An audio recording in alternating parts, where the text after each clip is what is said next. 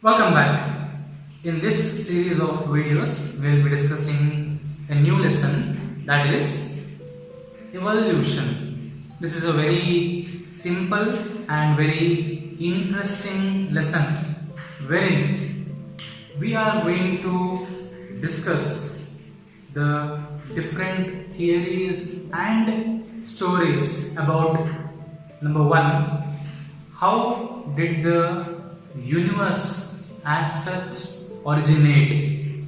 Once the universe was formed, how did Earth come into existence? Later on, we will be discussing about how the various life forms originated on Earth. How did the first living organisms come on Earth? What are the different theories and experiments done to prove those theories? Also, once the life forms originated on Earth, how did they progress, develop, and become advanced life forms over many years? So, that is the story of evolution. Evolution can be simply defined as how organisms develop over many generations. Biologically speaking, to be very specific, evolution is the gradual change in the characteristics of living organisms over many generations. How organisms gradually, very slowly, they change in their features, and ultimately how they resulted in new advanced species is what is evolution. And the branch of biology that studies the history of life forms is called as evolutionary biology. So wherein they study about the various life forms, their ancestors, and their progress over many generations. Let us start with the very beginning. How did the universe as such come into existence?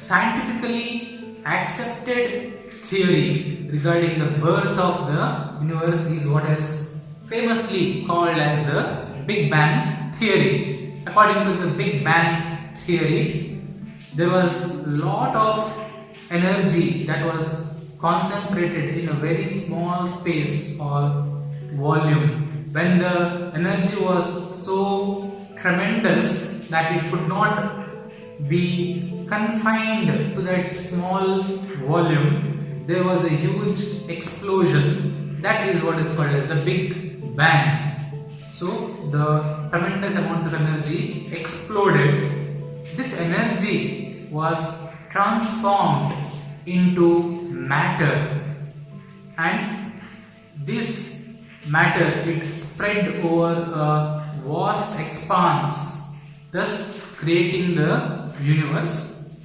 It is hypothesized that the universe was created around 5 billion years back, 5 or 4.5 billion years ago, the entire universe.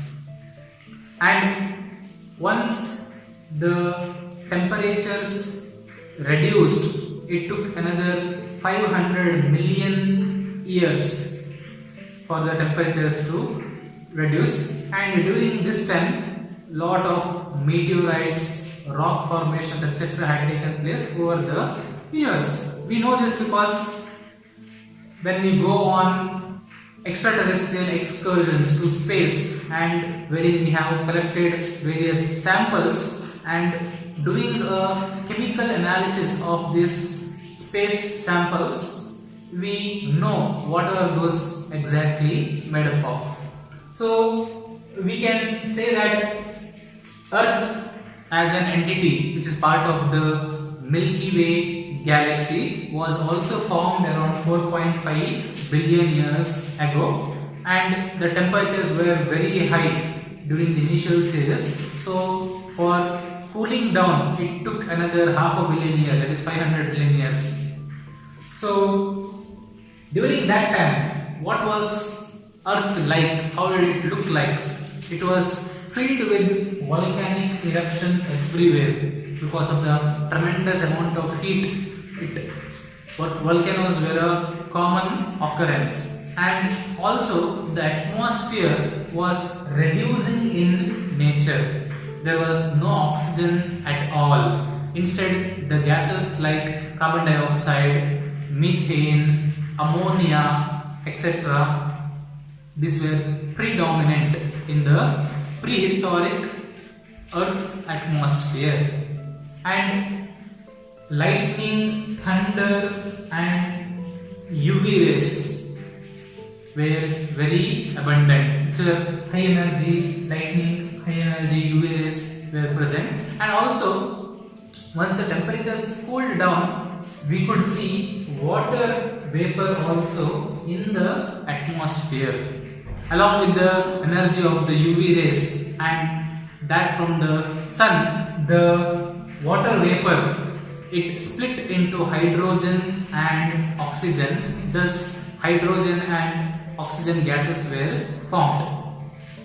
This combined with carbon dioxide, methane, ammonia, etc., resulting in various other compounds. So that is how new molecules and new compounds were formed. One of the very important phenomenon for life to start on Earth is precipitation. So once the temperatures cooled down to around 100 degree Celsius, the water vapor, it condensed and it came down as rains, thus filling the land mass. All the land mass was filled with this water, which is a liquid medium. Now, this is a very important event for fastening the rate of chemical reactions, because for the formation of new molecules, liquid medium is very suitable, because in the solid medium, we know that the movement is restricted.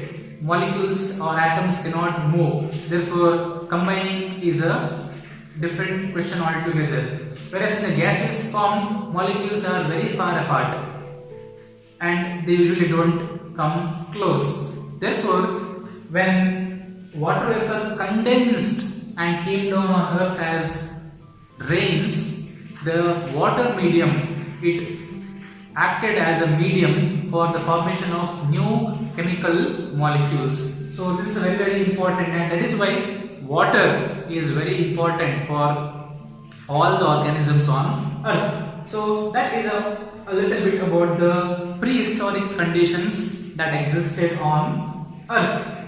Now once water came down and new molecules started forming, around 4 billion years back there was tremendous amount of chemical reactions that were taking place on the atmosphere as well as on the terrestrial land. It is believed that the first life forms came around 3 billion years back.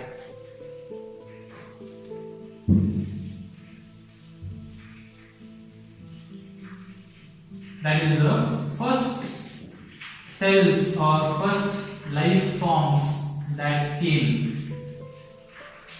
Now there were various theories that are used to explain how exactly did life originated on Earth. One of the favorite theories, or the first theories that was put forward, is the theory of Panspermia, wherein a group of scientists, they believed that life on Earth, it originated from outer space. They believed that from other parts of the universe, certain spores were distributed to different parts of the universe. These spores landed on Earth and they were the first life forms. Of course, there is no scientific evidence for this, and it is a story that is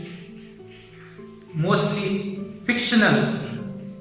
But that is just a hypothesis. We cannot even call it as a theory, because theory is something that has to be proven with experimental evidence. That is the theory of Panspermia. The next famous theory is the theory of spontaneous generation. As you can see from the theory, the word itself, spontaneous. This theory believes that life on Earth, it started spontaneously on its own. So it is basically talking about abiogenesis. That is, life arose from non-living things, which we know is not true. According to the cell theory, life can only start from pre-existing life forms, isn't it? So the theory of abiogenesis was quickly rejected. One of the important scientists who played important role in rejecting the theory of spontaneous generation is Louis Pasteur. Louis Pasteur, he conducted the famous swan-necked flask experiments, wherein he took two flasks, and in both the flasks there was broth, which is a nutritious medium. One of the flasks was heated at a high temperature so that any organism present in that would be killed by the heat, and this flask had a swan neck and the neck was also heated. This flask was kept outside, and even after several days no organism was obtained in this flask.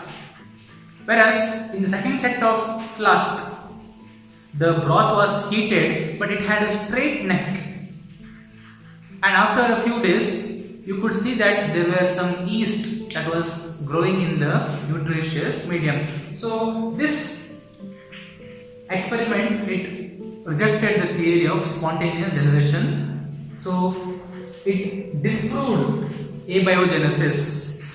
So life cannot come from non-living beings. Life has to come from pre-existing life forms only. So then, how did life exactly come? It does not explain that. Which was the first life form, how did it exactly come, was not explained by the spontaneous generation theory. After a few decades, around 1924,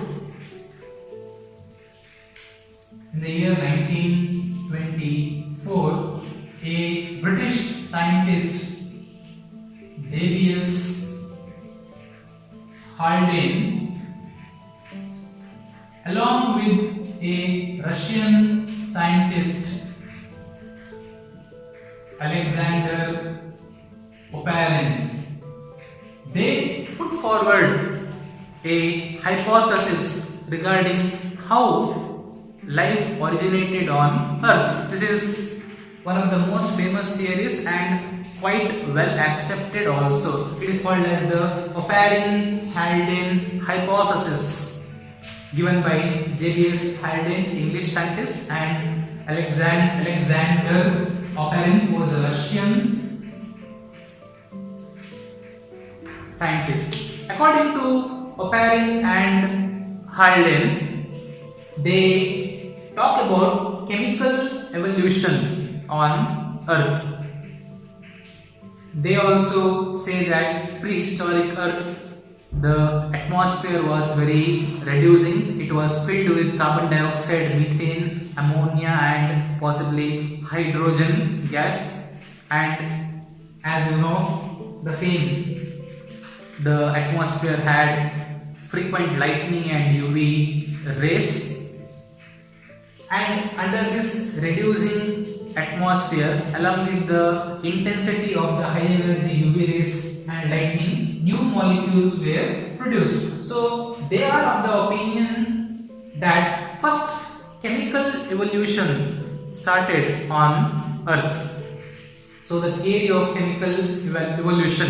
So the inorganic chemical molecules were formed, and these inorganic chemical molecules, they combined and resulted in the formation of organic molecules, simple organic molecules such as amino acids, sugars, some small glycerol molecule, etc. These organic molecules then, along with the liquid aquatic medium, they combined to produce complex organic molecules such as polysaccharides, nucleotides, small proteins, etc. So that is the theory of chemical evolution, which is one of the most accepted theories of how life arose on Earth. So inorganic chemical molecules resulted in organic molecules. The simple organic molecules combined to form complex organic molecules. This hypothesis was experimentally tested in the year 1952 with the help of two scientists, Stanley Miller, who was a US scientist, and Yuri, Harold Yuri. These two scientists, they went on to experimentally show the Oparin-Haldane hypothesis. What did Stanley Miller and Harold Yuri do? They set up a apparatus in their laboratory. As you can see in the diagram, the setup looks like this, wherein there was a flask which contained boiling water, and you can see in the diagram the vacuum pump is present, which will remove any air from inside the reaction vessels. The boiling water will result in the formation of water vapors. Water vapors can travel through the tube, which will lead to a flask. In the flask there are gases such as methane, ammonia and hydrogen. These three gases were present in this, and the flask is connected to two electrodes, which is connected to electric current. This is to mimic the high energy rays present in prehistoric Earth. So when electric current is connected to the electrodes, it will result in formation of electric sparks. So therefore this experiment is also called as the gas discharge experiment. In the presence of charges, the gases were combined. Temperatures up to 800 degrees Celsius was achieved with this electric discharge, and this setup was kept like this for around 14 days in the laboratory. After 14 days, they came and collected the samples. So as you can see in the diagram, from where samples are taken. When these samples were analyzed, Miller, he noticed that few amino acids were produced in the reaction mixture, and this is in line with what Oparin and Haldane listed, that the chemical molecules resulted in organic molecules such as amino acids. When this experiment was carried out by other scientists, they also observed formation of simple sugars, proteins, also pigments and fats. So sugar, protein, amino acids, fats, all these molecules were obtained from the reaction sample. This experiment, called as the Yuri-Miller experiment, it experimentally proves the Oparin Haldane hypothesis of theory of chemical evolution. According to them, Oparin and Haldane, once these organic molecules were formed, they resulted in aggregates, colloidal aggregates called as coacervates. These are also called as protobions by some group of scientists. So proto means first. So the first formed life forms are called as coacervates or protobions. Once the complex organic molecules such as proteins were formed, genetic material such as RNA could have been formed from these proteins.